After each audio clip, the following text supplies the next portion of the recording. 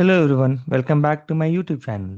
In today's video, we are going to learn about Recursive CTE, one of the most powerful features that help you write queries which can call themselves. Don't worry, I will explain it in a very simple way with an easy to understand example. So let's get started. So, so first of all, what is CTE? If you see here, I've already written the blog here. You can, I will keep this blog in the description so that you can directly go and check. And if you want to read it, you can go through that and read it. And there is also one example that you can copy paste and run in the SQL. So that's all. So what is the basically what is the CTEs?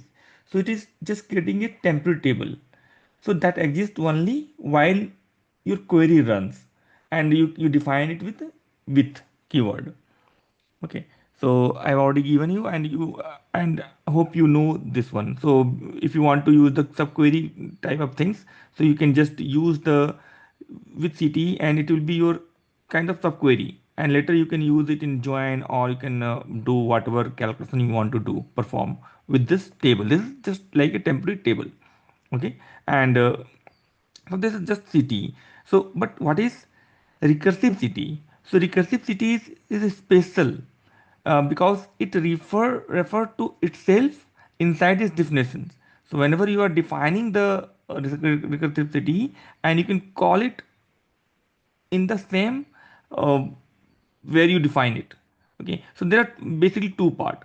So in the program we have you if you are having programming backgrounds, that what is recursion means. Recursion means is calling themselves, calling self occurrences one by one. So tower of Hanoi, or there are many programming uh, question is there in the C, Python. You can, if you not want, you can learn it later, that also. So here also the recursion means calling themselves, calling the self actually. So so there are mainly two part. So one is anchor part, that we call it base query, that will the starting query. And second part is recursive member. So in that query, where it refer itself. Okay, that is there only two part, and both part will be combined by union all. So there will be union all, that will combine both anchor part or base part, or and the recursive member part. So if you see the syntax will be looks like this. Select, this is your base result, and there will be your recursive member. So in the recursive member, if you see where we have defined here with CTE here, and in the self, in this cell bracket only, here only we are calling it. So how it will work, it will first select whatever the base result is, and then it base result will be stored in the city. Okay, and and again it will call the recursive member here. So whatever there in the base member, it will call, write it here. And if it will be new row, then it will do the union all. And there is no new row, then that time recursive part will be terminated. That is the termination condition there. If there is no nothing, it will not return anything, then it will terminate. That is the termination thing. So whenever recursion happen, there will be two things. One is base, and one is when the loop will terminate. So this is your base result, and when your loop will terminate, whenever this query recursive member will not select any row. Okay, hope you understand this. So this is your syntax. And let me show you one simple example, like how you can print 1 to 10 or 1 to 20 or whatever it is. Okay, let me just write the query here. Uh, so this is I'm using here Databricks, and recursive query is supported in many of the query engine, and it's also supported in Databricks. So I'm using Databricks because it's very easy for writing the query and all. So let me just write with recursive CTE. Okay, as, and this base condition. Base condition will be what? I will be just selecting select one as num. Okay, this is my base condition. 1 as name. So let me just run it.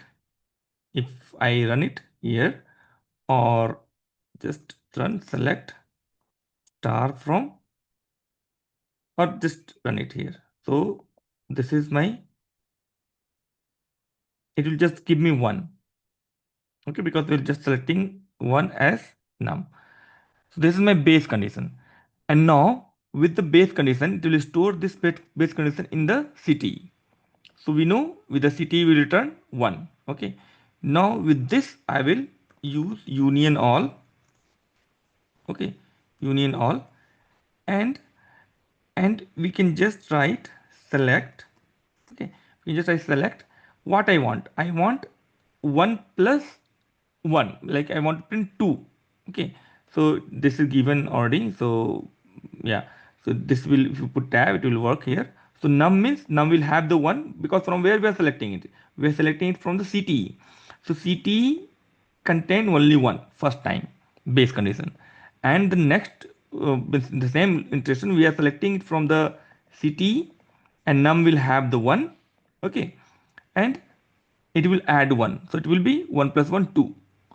So it will keep iterating it, because we are not given any terms and condition, because this loop will always give you a result. So for that we will just write here where num less than 1. Okay, or just give 10, so it will print 10.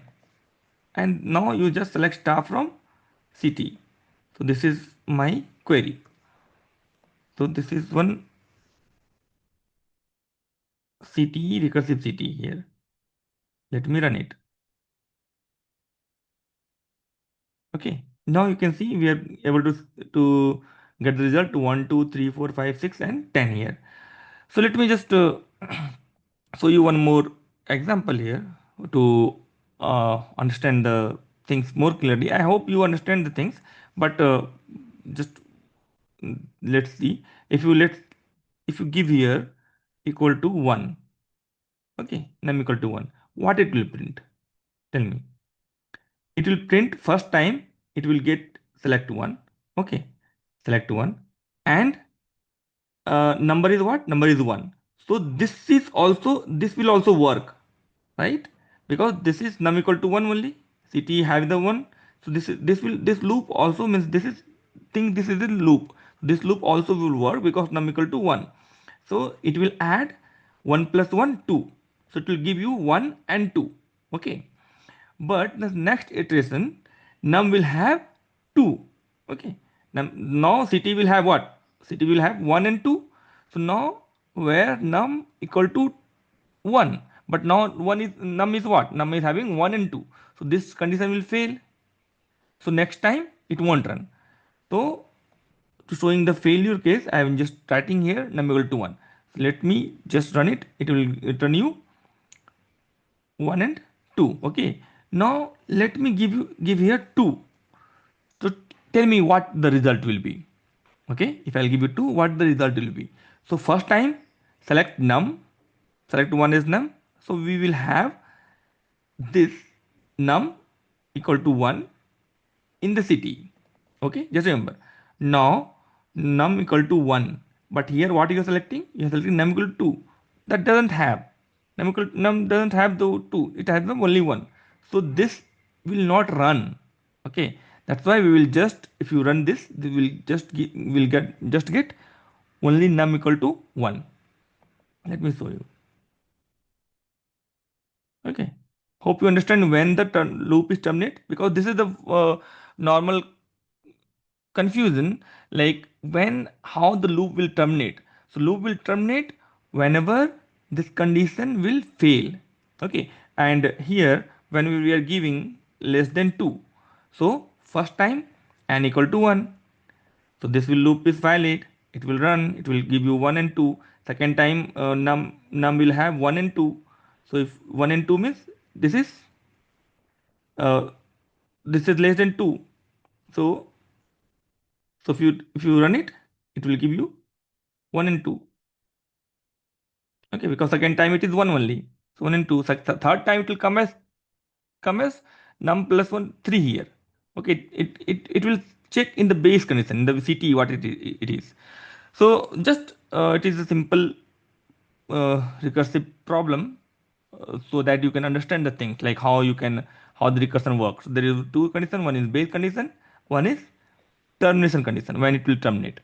Okay, so that's all for this video, and in the next video I will show you how you can use the real life example and solve the CTE.